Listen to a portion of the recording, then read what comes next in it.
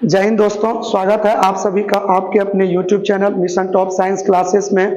दोस्तों आज मैं फिर आप लोगों को यूनिट एंड डायमेंशन का पार्ट 3 लेकर के आया हूं। इससे पहले हम आपको पार्ट 1 पार्ट 2 दो वीडियो में कवर कर चुके हैं, जिसमें आज हम लोग पार्ट 3 लेकर के आए हैं। जैसा कि आपको हमने पहले सूचना दे रखा था कि यूनिट एंड डायमेंशन वाले चैप्टर में आपको कुछ फॉर्मूले की मदद से जो है किसी का डायमेंशन अगर पता करना हो तो आप उन्हें पता कर सकते हैं।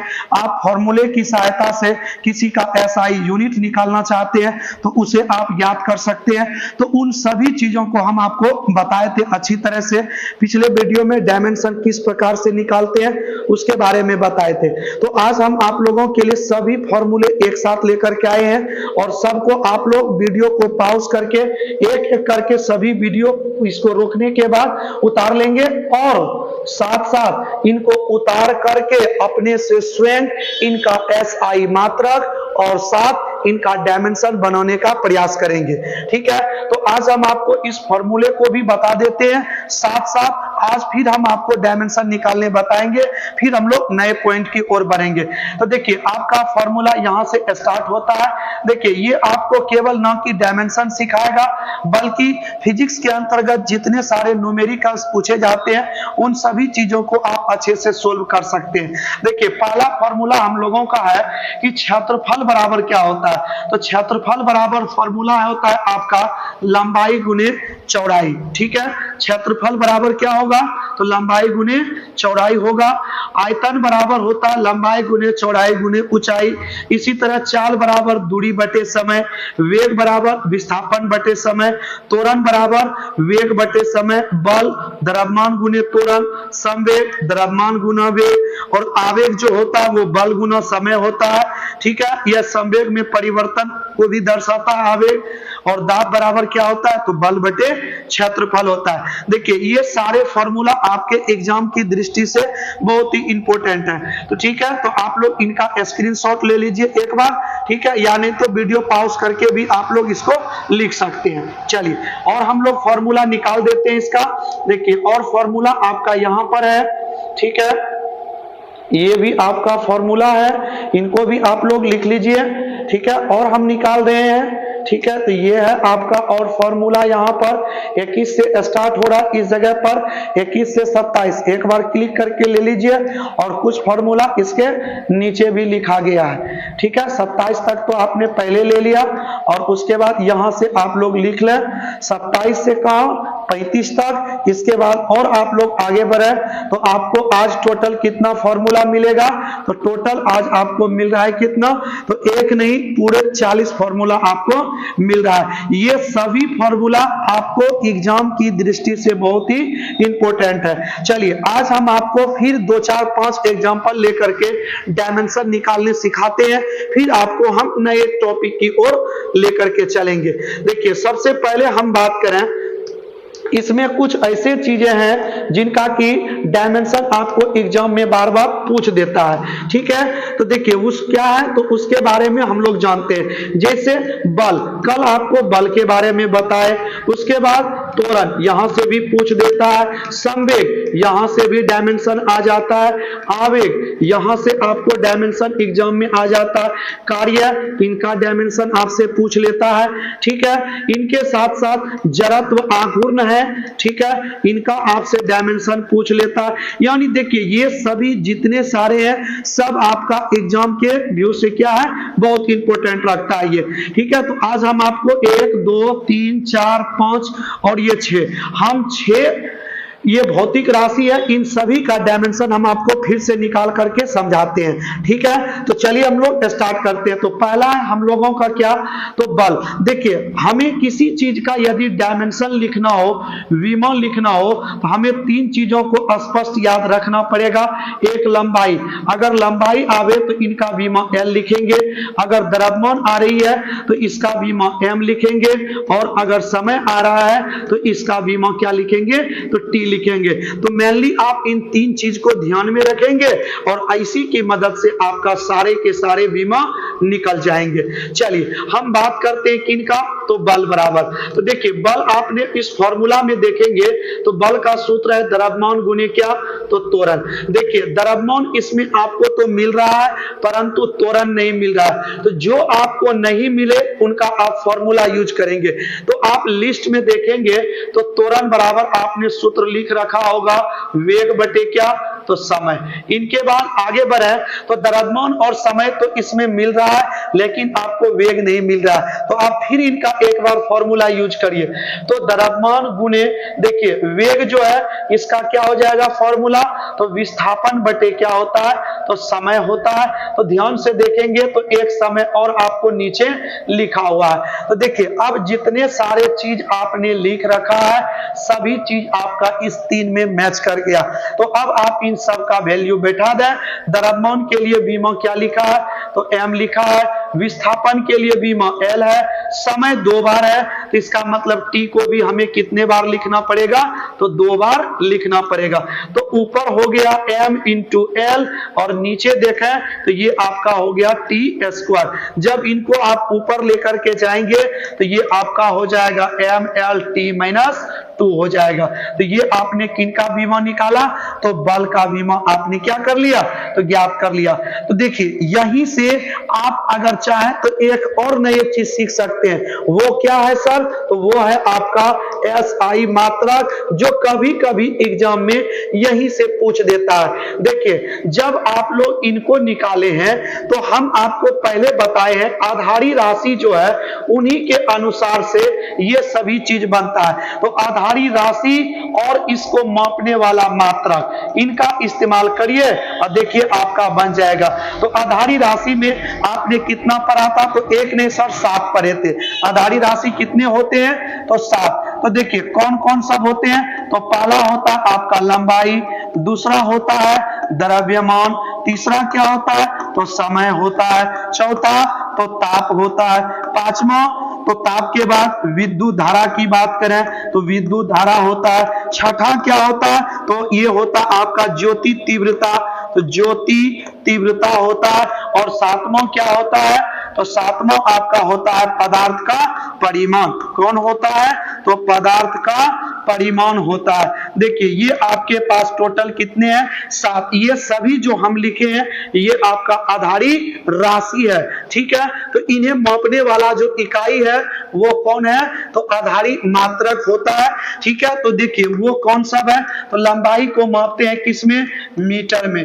द्रव्यमान को किसमें, तो किलोग्राम में मापते हैं। किसमें मापते हैं, तो किलोग्राम में। समय का क्या होता है, तो इसका सेकेंड होता है। ताप का क्या होता है, तो केल्विन होता है। विद्युत धारा का क्या होता है, तो इसके लिए एम्पियर पढ़े हैं, ठीक है, एम्पियर। और ज्योति तीव्रता का क्या पढ़े हैं, तो कैंडेला पढ़े हैं। और पदार्थ के परिमाण का क्या पढ़े हैं, तो मोल पढ़े हैं। देखिए अब जो इनका आपने आधारी राशि का मात्रक लिखा तो इसी की सहायता से आप लोग क्या ज्ञात कर सकते हैं, तो किसी भी व्युत्पन्न राशि का मात्रक, क्या हम बोले, किसी भी व्युत्पन्न राशि का मात्रक ज्ञात कर सकते हैं। जैसे हम बल की ही बात कर लें जो आपने बीमा निकालने के लिए उपयोग किया है उसी में हम लोग मान बैठा के ज्ञात कर सकते हैं। तो देखिए ये जो आपका द्रव्यमान है क्या इसमें मिल रहा है, तो बोलेंगे सर मिल रहा है। तो द्रव्यमान का क्या हो जाएगा, तो किलोग्राम हो जाएगा मात्रक। और विस्थापन जो लंबाई है वही विस्थापन है, तो इसका मात्रक क्या बन जाएगा, तो मीटर हो जाएगा, ठीक है। समय का मात्रक देखिए क्या पढ़े हैं, सेकेंड। 2 बार लिखा है तो हम भी 2 बार सेकेंड को लिख देंगे, ठीक है। तो देखिए यूनिट क्या बन गया, तो केजी मीटर प्रति सेकेंड स्क्वायर। क्यों, क्योंकि 2 बार सेकेंड है तो इनका स्क्वायर हो जाएगा। तो देखिए एक फॉर्मूले की सहायता से आपने एक नहीं पूरे 2 चीज अभी आप सीख रहे हैं। एक क्या, कि बीमा भी ज्ञात कर सकते हैं, दूसरा उसका क्या एसआई मात्रक क्या है। तो आपको ये भी पूछ सकता है बल का एसआई मात्रक क्या है, तो केजी मीटर प्रति सेकेंड स्क्वायर। ये भी किनका मात्रक होता है तो बल का मात्रक होता है। और वैसे तो आपको पता ही होगा कि बल का एसआई मात्रक क्या होता है, तो न्यूटन होता है। ठीक है, चलिए तो एक तो बल का हम लोग विमा निकाल लिए, एक और हम लोग बात करते हैं। बल के बाद हम लोग बात करें किसका, तो बल के बाद हम लोग निकालते हैं किसका, तो कार्य का। कार्य बराबर क्या होता है, तो बल गुने विस्थापन होता है।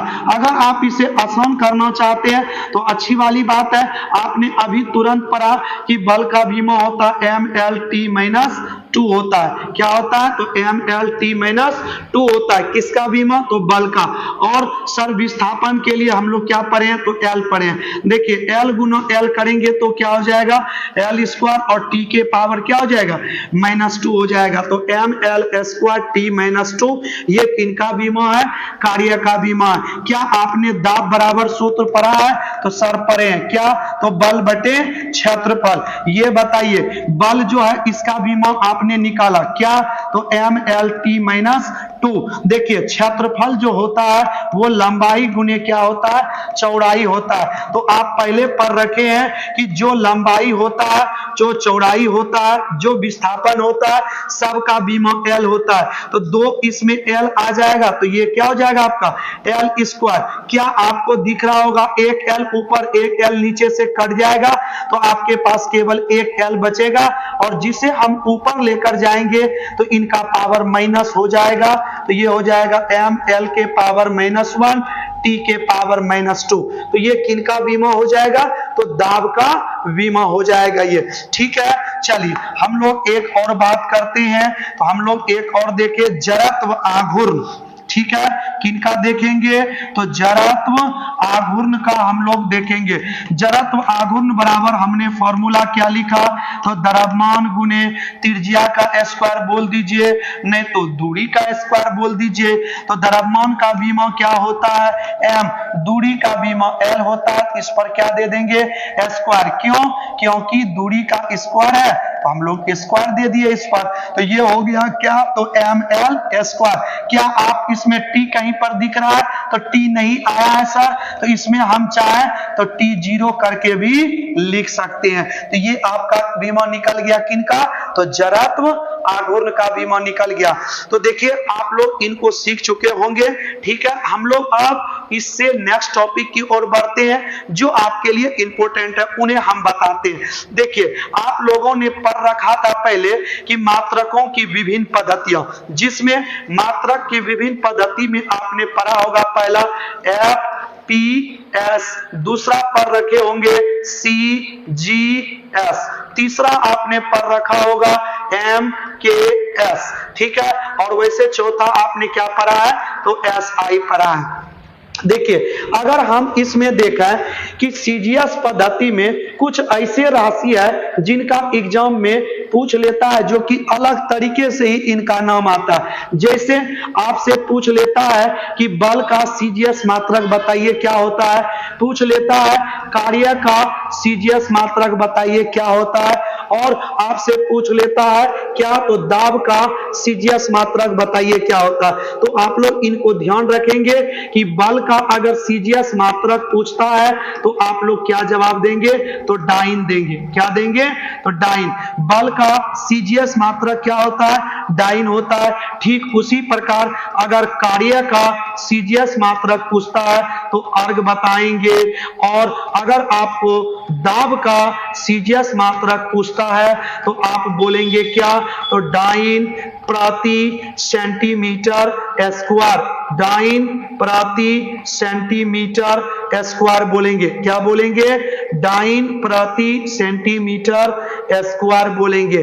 ठीक है, ये बहुत ही इंपॉर्टेंट है जो आपको एग्जाम में पूछता है। ठीक है, और हम बात करें कि अगर यदि ये सीजीएस और एसआई के बीच इनका कनेक्शन क्या है, तो हम लोग बात करें तो जानते होंगे कि 1 न्यूटन जो होता है वो 10 के पावर 5 डाइन के बराबर होता है। 1 न्यूटन में कितने डाइन होते हैं, तो 10 के पावर 5 डाइन होते हैं। इसी तरह से 1 जूल में देखा तो 1 जूल में 10 के पावर 7 अर्ग होते हैं। ठीक है। तो ये दोनों भी आपको एग्जाम में क्वेश्चन आ चुका है यहां से भी, तो इनको भी आप लोग क्या रखेंगे, तो ध्यान में रखेंगे, ठीक है। चलिए, और हम लोग नेक्स्ट पॉइंट की बात करें, जो छोटी छोटी चीज है आपको एग्जाम में आ जाता है यहां से, ठीक है। देखिए, आप लोगों को कुछ थोड़ी सी इसमें यहां से भी क्वेश्चन पूछ देता है। जैसे क्या क्वेश्चन आता है, न्यूमेरिकल्स के रूप में क्वेश्चन आता है, कह देता है कि 10 नैनोमीटर को सेंटीमीटर में कितना होगा।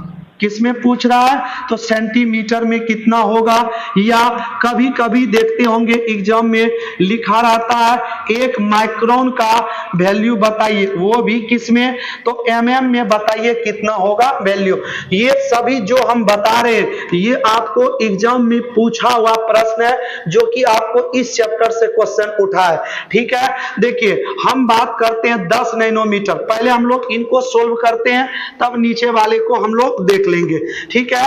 देखिए, सबसे पहले बात करें, आप लोग पढ़े हैं कि 1 नैनोमीटर में 10 के पावर माइनस 9 मीटर होता है, ठीक है। तो कितना नैनोमीटर में पूछ रहा है, तो 10 में। अगर हम 10 नैनोमीटर की बात करें तो ये 10 किसमें गुना हो जाएगा, तो 10 के पावर माइनस 9 गुने क्या हो जाएगा, तो 10। जब इनको गुना करेंगे तो इसका पावर 1 है, 1 में 9 माइनस होगा तो पावर हो जाएगा -8। ये अभी आपका मीटर में है, लेकिन आपसे क्वेश्चन पूछ रहा है किसमें, तो सेंटीमीटर में। तो मीटर को यदि सेंटीमीटर में कन्वर्ट करना हो तो आपको 100 से मल्टीप्लाई कर देंगे तो 2 जीरो घट जाएगा, फिर तो ये आ जाएगा 10 के पावर माइनस 6 सेंटीमीटर। कहने का मतलब कि 10 नैनोमीटर में कितना सेंटीमीटर होता है, तो 10 के पावर माइनस 6 सेंटीमीटर होता है, ठीक। इसी तरह हम माइक्रोन की बात करेंगे, किसकी बात करेंगे, माइक्रोन का, और आंसर हमें किस में देना है, तो एम में देना है, ठीक है। चलिए आगे बढ़ते हैं, समझिएगा ध्यान से इनको। देखिए, सबसे पहले चीज है कि 1 माइक्रोन में, अगर हम 1 माइक्रोमीटर की बात करें तो आप लोग पढ़े हैं कि 10 के पावर माइनस 6 मीटर होता है, बात सही है। अगर हम इन्हें सेंटीमीटर में कन्वर्ट करें तो आपको 100 से मल्टीप्लाई करना पड़ेगा और ये बचेगा 10 के पावर माइनस 4 सेंटीमीटर हो जाएगा। बात क्लियर हो रहा है, ठीक। अगर यदि हम अब इसे एमएम में कन्वर्ट करें तो आप लोगों को पता होगा कि यदि हम 10 एमएम की बात करते हैं तो तब हमारे पास कितना आता है, तो 1 सेंटीमीटर आता है। तो 10 एमएम में कितना सेंटीमीटर आता है, 1। तो बताइए कि यदि हमें इतना सेंटीमीटर में निकालना हो तो इसका मतलब हमें 10 से इसमें क्या करना पड़ेगा, तो मल्टीप्लाई करना पड़ेगा।